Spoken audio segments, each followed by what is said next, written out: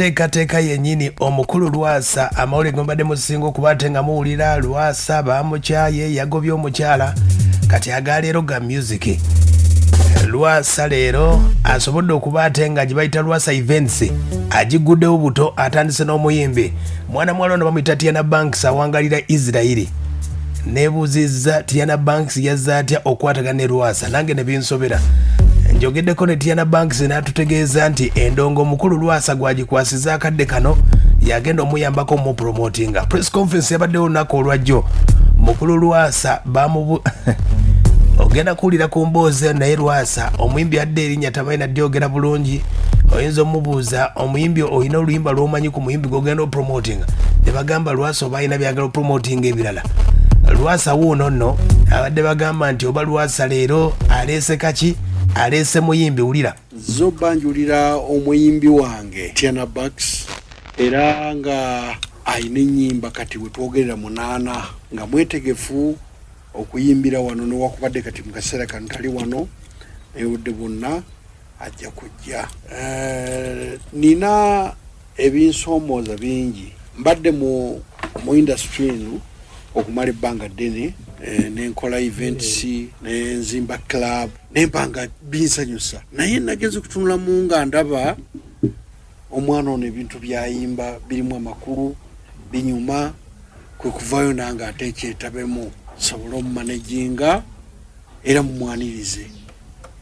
Kitegedde Lwasa wakutta akadde kano waali awo omukulu ono bamubuuziza ku nteekateeka agenda kumanaginga music yokka kubanga ennaku zino omutima gwamenyeka ayinza okuba ayagala bigata gamba ngenda kumanaginga music alendowooza bwenkimanyi gwobadde olina kyolabye akati mukulekere omumanaginga ensonga yonkulu nnyo naye mukulekere lwaki oyo yuyu gwennonzi obadde oyagala mpeteka miliyoni bw'obaawo ensonga endala ne managing bisinga kaawo musalwa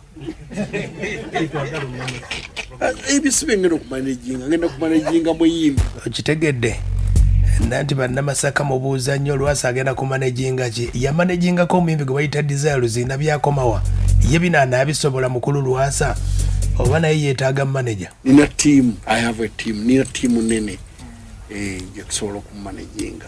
Desire yajjagaze kuyimba mu kifo kyange kya bbeeyi neneegomba omuwala omulungi netutandikira bwenkolagana era nali siina paati yonna mu byabayimbi mu byakuyimba kwe kati ate Diana Nabatanzi yali ku TV nankolera programu netwegattirawo netumanyagana yogerayo mulala era yanquestioning ebibuuzo bingi naye nagenda okulaba nga buli lunaku gye lweyongera agenda akyuka netubona enkolagana esinga kaawo. Mukulu Lwasa ng'atunyonyola ku muyimbi gwe baleese bamuyita Tyana Bax awangalira Israeli oyo omwana ow'obuwala wano nno kwe kumubuuza omukulu nga bw'onaabeera manager ekitegeeza omuyimbi we oba omumanyi n'ennyimba ze mugenda okupromotinga.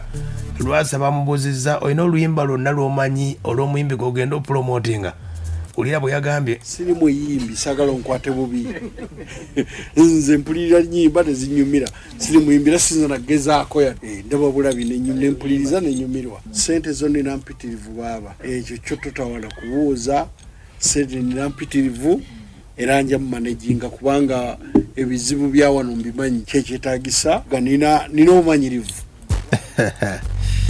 Olaba omuyimbi alema Abitex ategeka n'ebivulu ate Lwasa omukulu Lwasa agamba nti omwana ono alina empisa music wanaaba aganye ekyobufumbo bukinaba kize ate ye anaagaana wulira nja kusobola ono empisa ze nazeetegereza nemukeeka bulungi nemusoma twasinkana baaba twasinkana e Dubai netwogera bingi nnyo kati kambabuuze ye alaba tayagala kufumbirwa buli mubeere serious. Ye mukulu Lwasa ng'atwanjulira omuyimbi w'omupya bamuyita Tyana Bax nga bw'ogamba nti manager nannyini ssente omukulu Lwasa agenda okumanaginga omuyimbi ono twamubuuziza ku style omuyimbi we akuba style ki ne bimusobera wulira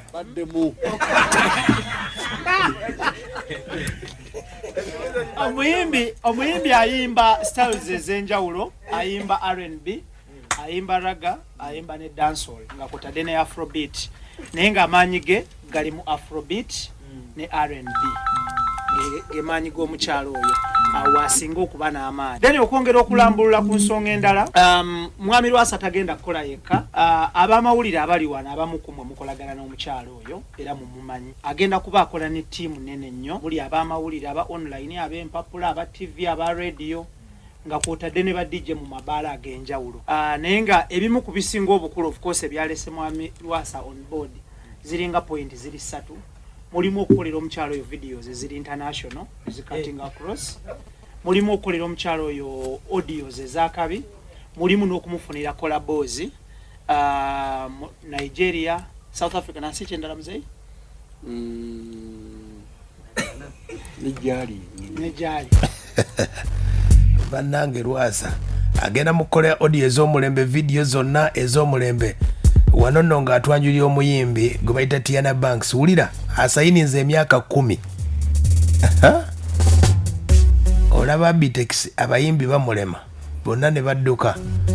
Lwasa asayininze emyaka 10. Wulira bannaye omuyimbi ono asayiningiddwa emyaka 10 nga Lwasa Events egenda omumanaginga era mbasaba mumwanirize tuli beetegefu okolaganira wamu nammwe.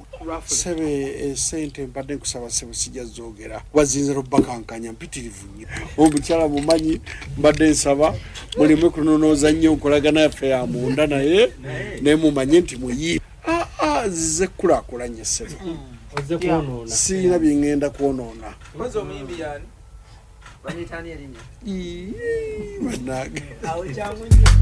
we twamalidde press conference nga mukulu Lwasa erinnya ly'omuyimbi alyerabidde. Tutandikire wano oluyimba luno.